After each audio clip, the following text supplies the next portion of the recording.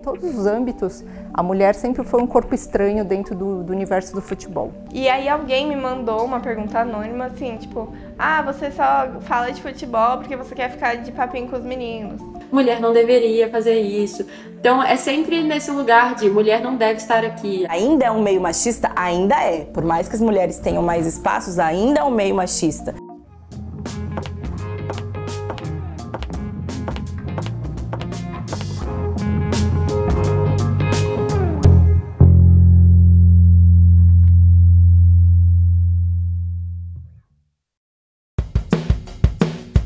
A mulher não pertencia, e até hoje é difícil, né? O futebol, apesar de todos os avanços, continua sendo um ambiente machista, né?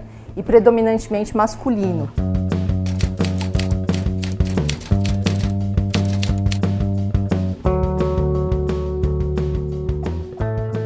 Então era muito difícil você ver mulheres torcedoras, mulheres fazendo a cobertura jornalística, mulheres pesquisadoras. Na realidade, a figura da mulher, ela era estranha dentro do universo do futebol. Então, o que a gente tinha era exceção, né? Então, eu tinha alunas que eram integrantes de torcidas organizadas e as pessoas já olhavam com aquela desconfiança, criavam um estereótipo, né? Então, isso também na cobertura, isso também na academia, em todos os âmbitos. Fora! As americanas estão fora da Copa do Mundo!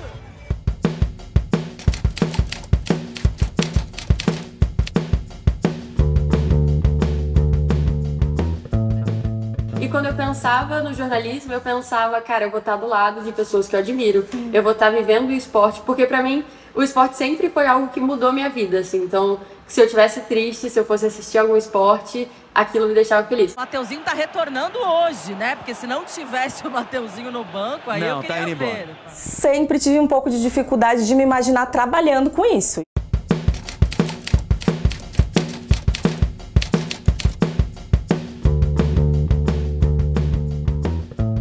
Na minha infância era difícil eu me imaginar, porque haviam poucas mulheres ainda, né? E as que tinham era muito mais essa questão só de apresentar, ou de intermediar os debates. Elas não estavam ali, né, inseridas ainda naquela época, nessa questão de dar opinião mesmo, de debater com os caras. E aí eu lembro que surgiu a Soninha da ESPN, assim, foi a primeira que eu vi que eu falei, nossa, eu quero ser igual a ela, né? Porque ela sentava ali na mesa com os caras e ela debatia, ela dava a opinião dela, não era só, ela não tava ali só por ser mulher bonita ali e tal, ela tava ali realmente pra falar de futebol.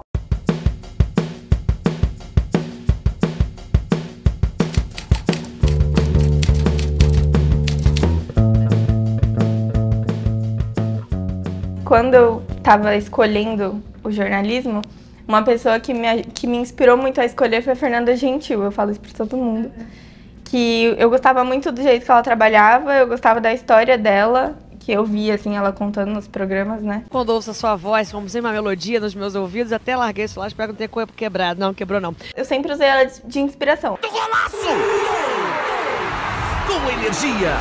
Quem vem acompanhando essa ascensão, né, das mulheres no mundo esportivo, a gente vê que hoje tem muito mais oportunidade, né? Antes era mais difícil e hoje não, a gente vem conquistando, não só na frente das câmeras ou no microfone, mas eu acho que até a questão da produção audiovisual tem mais mulheres também, né? Tem mais mulheres nas redações e mais mulheres narrando. E hoje a gente já tem. A bola vai pingando pelo meio, toque de cabeça! A narração, pra mim, é o auge, sabe? Da gente imaginar que tem mulher narrando, é porque já tem mulher em todos os outros setores que a gente pode imaginar, como eu já citei aqui. Então, hoje, com certeza, a gente tem mais oportunidades, mais chances, e que bom, né? E que a gente tenha cada vez mais mulheres aí. Eu acho que no começo é mais difícil, acho que você vai ir acostumando. No Esportudo é até mais fácil, porque, por exemplo, eu tenho uma equipe só formada por mulheres e um ou outro menino ali para contribuir com a página. Mas no começo é um pouco assustador, porque você vai vendo que tem muito homem, e principalmente em eventos presenciais. Eu acho que na maioria das vezes eu sempre vi mais homens do que mulheres. E principalmente essa questão de ser jovem. Às vezes de ser levado a sério, da minha opinião também contar. No Esportudo eu confesso que é bem mais tranquilo, eu me sinto muito escutada, eu me sinto respeitada, as minhas opiniões são muito importantes para todo mundo, eu sinto isso, Mas até para crescer, às vezes é difícil, né, na carreira, assim. Então, de entender que, pô, às vezes eu vou ser a única mulher. Ou às vezes vai ter uma mulher acima de mim. Ou às vezes não vai ter nenhuma.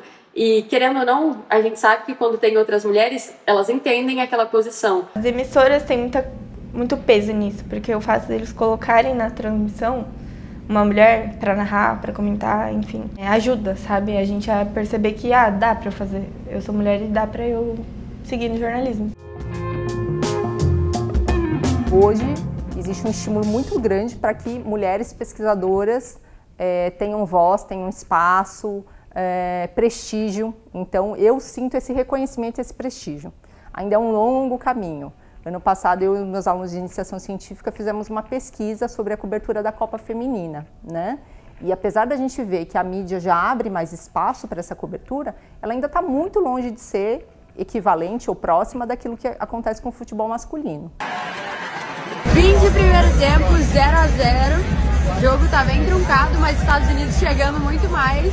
Eu tô bem curiosa para esse segundo tempo, porque as duas equipes vão precisar se abrir mais, ir pro ataque e marcar gols, né? Veio a cabeça foi, por exemplo, na Copa. Foi o primeiro momento onde tinha mais mulheres do que homens na cobertura. Tanto as outras repórteres mais antigas falando isso, de Globo, de Sport TV, de TNT, ESPN, todo mundo. Cara, é a primeira vez que eu tô num ambiente onde tem mais mulheres. É uma Copa do Mundo, né? Todo mundo quer trabalhar numa Copa do Mundo. E o futebol feminino, assim, então era legal de saber que as pessoas estavam se importando, sabe? As pessoas estavam querendo assistir, as pessoas estavam comentando sobre. Óbvio que sempre tinha, né, comentários não tão legais, as pessoas continuavam fazendo as coisas que a gente não gosta. Num panorama geral, foi muito legal. A gente deu a importância devida e as pessoas abraçaram. E ainda assim, teve um momento na minha primeira coletiva, depois do jogo do Brasil, a gente ganhou do Panamá de 3-0, fui para a zona mista e eu tive uma situação muito ruim com um repórter homem, porque a gente fica numa cerquinha, então as jogadoras ficam de um lado, os repórteres do outro. Quem tem transmissão, direito de imagem, fica mais na frente, tem prioridade, e depois vai os outros veículos. E eu tava do ladinho, assim, de alguns outros veículos muito importantes, só que do nada chegou um repórter que tava só com um rádiozinho, assim, gravando, e o gravador, na verdade, gravando, e ele colocou o braço na frente, tipo, empurra. Do nada, um cara colocando o braço, assim, e, tipo, sem se importar com nada, sem noção de espaço, e se enfiou na frente, começou a fazer pergunta primeiro do que eu. Então foi um momento desconfortável. Esse mesmo repórter, ele fez uma pergunta bem ruim numa coletiva e que se fosse uma mulher fazendo, ela com certeza seria julgada, porque a goleira da Suécia tinha feito uma atuação maravilhosa contra os Estados Unidos. E ele foi lá e perguntou sobre o Ibrahimovic, que tipo era um homem que não estava ali, que não tinha nada a ver com a pergunta, com o dia de glória que ela teve, e depois a gente viu no Twitter, por exemplo, várias pessoas falando quem foi a jornalista que fez isso daqui, que fez essa pergunta totalmente desrespeitosa, e era um homem. No estádio eu não tô lembrando de nada agora, mas já passei, assim, tipo, falando com um empresário, sabe? Quando eu queria alguma informação, aí eles dão a informação, a gente até consegue a informação, mas no final vem com uma graça, sabe? O próprio jornalista mesmo, outro jornalista que tem, sei lá, o dobro da minha idade, sabe? Fazendo graça também. Essas coisas inconvenientes. E lá, eu não lembro de ter visto muitos problemas, sabe? Mais no final, que foi o momento, acho que o pior momento, assim, que pra mim só foi cair a ficha pós, que foi a questão da Jenny Hermoso com a seleção espanhola, do beijo do Luiz Rubiales e tal, que foi um assédio no palco ali de uma final de Copa do Mundo, que isso nunca aconteceria na masculina, eu tenho certeza, e que aquilo acabou mascarando um pouco da final, sabe, pra Espanha. Mas, tirando isso, a gente via muito o avanço do futebol feminino. Um homem ali acabou atrapalhando o protagonismo de uma seleção completa, que precisou fazer muitos protestos para ele ser tirado do cargo, para poder mostrar que aquilo de fato foi um assédio, que não é aceitável isso acontecer de novo, enfim. Eu sou aquela pessoa que não está muito preocupada com o que vão falar, com o que vão pensar, com o que vão julgar. Tanto que eu uso decote, eu uso saia, eu uso o que eu quiser. Eu não me preocupo de estar num ambiente masculino e de ter que me vestir como se eu fosse um homem, de ter que me preocupar, né? Não, se eu tiver que usar decote, eu uso mesmo, porque eu sou mulher. Mulher tem peito, se tiver que me respeitar, vai ter que me respeitar enquanto mulher. Eu quero ser eu do jeito que eu quero, do jeito que eu me sinto bem, e eu acho que eu tenho que ser respeitada por isso, né? Eu usando uma camisa ou usando um vestido, enfim. Mas não dá pra dizer que é fácil também, por eu ser assim. Talvez eu já seja assim até por um instinto mais de defesa, né? Não dá pra gente ficar vivendo uma ilusão também de achar que, ó, tá tudo bem, não tem mais machismo, porque as mulheres estão fazendo, significa que acabou o machismo. Não, as mulheres estão fazendo, as mulheres estão tendo mais espaço. Eu me sinto feliz por ser uma das mulheres que tem essa oportunidade, né? Que tem essa chance de estar aqui fazendo história.